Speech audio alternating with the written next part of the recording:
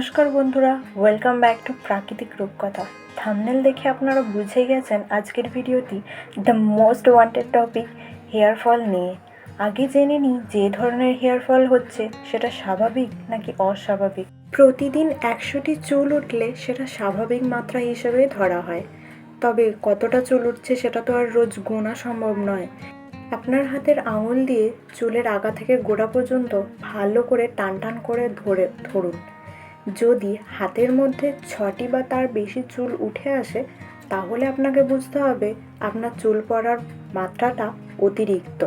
তো আজ আমি আপনাদের সাথে এমন একটা রেমেডি শেয়ার করব যেটা চুল ওঠাকে একদম কমিয়ে দেয়, একদম 100%। বিশ্বাস হচ্ছে না? চলুন দেখিয়ে দিই। আমি এই রেমেডিসটা দীর্ঘকাল ধরে ব্যবহার করে চলেছি এবং ফলাফল দেখুন, একটিও চুল কিন্তু চিরুনিতে আটকে নেই। একদমই আমার হেয়ার ফল হয় না। আপনারাও এটা ব্যবহার করুন, ফলাফল আপনারা সবাই পেয়ে যাবেন। বলে রাখি, এই রেমেডিসটা শুধুমাত্র মহিলাদের জন্য নয়, পুরুষরাও ব্যবহার করতে পারবেন। এই রেমেডিসটা মাত্র 2বার ব্যবহার করলেই কিন্তু ফলাফল আপনারা নিজের হাতেই পেয়ে যাবেন। উপকরণ দুটি খুব সহজেই আপনারা বাড়ির আশপাশ বা বাড়ি থেকে পেয়ে যাবেন। দ্য ম্যাজিক্যাল ফ্লাওয়ার, জবা ফুল।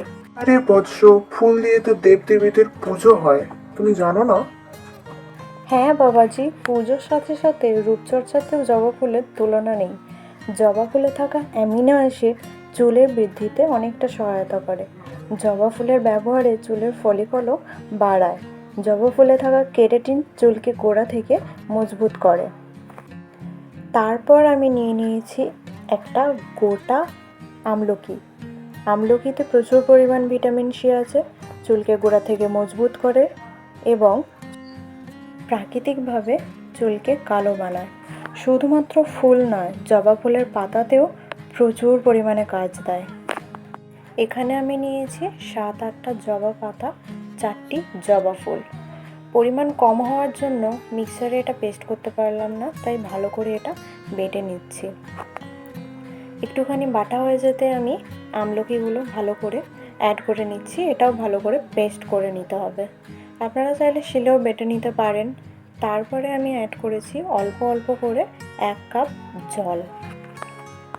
জবা ফুল শুধু চুলে মাখা নয়, এটা স্কিনে মাখলেও অনেক কাজ দেয়, আর এর ঔষধি গুণ প্রচুর আছে।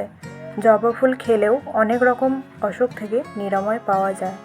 পেস্টটা এইভাবেই ডিরেক্ট চুলে অ্যাপ্লাই করা যায়, মানে না ছেঁকে। তবে সেই ক্ষেত্রে চুল ধুলে কিন্তু জবা ফুলগুলো আটকে থাকে।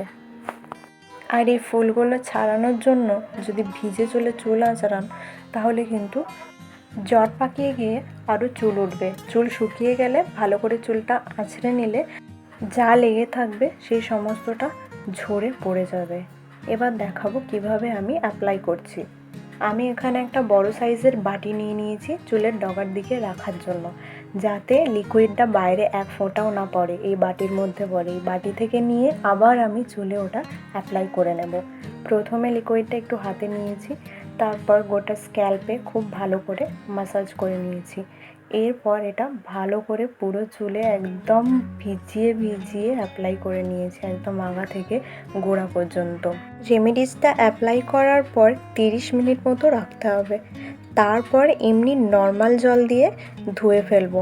শ্যাম্পু এখানে আমি ব্যবহার করব না, কারণ শ্যাম্পু ব্যবহার করার আগে তেল মাখাটা আমি কখনোই স্কিপ করি না।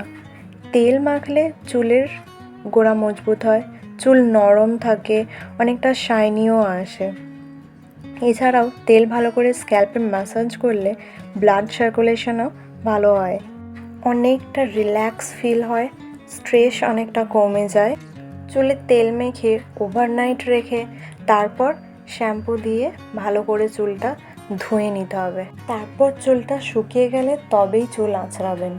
আমরা অনেক ছোটোখাটো ভুল করে থাকি, যেগুলোর জন্য আমাদের হেয়ার ফলের সমস্যা হয়ে থাকে। রেমেডিসটা সপ্তাহে 1বার ব্যবহার করবেন। এইভাবে যদি 3 থেকে 4 মাস ব্যবহার করেন, চুল পড়া একেবারেই বন্ধ হয়ে যাবে, একটাও চুল উঠবে না। চুল ওঠা কমানোর জন্য আরও অনেক টিপস রয়েছে, যেটা একটা ভিডিওতে বলা সম্ভব নয়। এই ধরনের টিপস পেতে আমার চ্যানেলটিকে অবশ্যই সাবস্ক্রাইব করে রাখুন। ভিডিওটা ভালো লাগলে লাইক করবেন, শেয়ার করবেন, কমেন্ট করবেন। টাটা, দেখা হবে নেক্সট ভিডিওতে।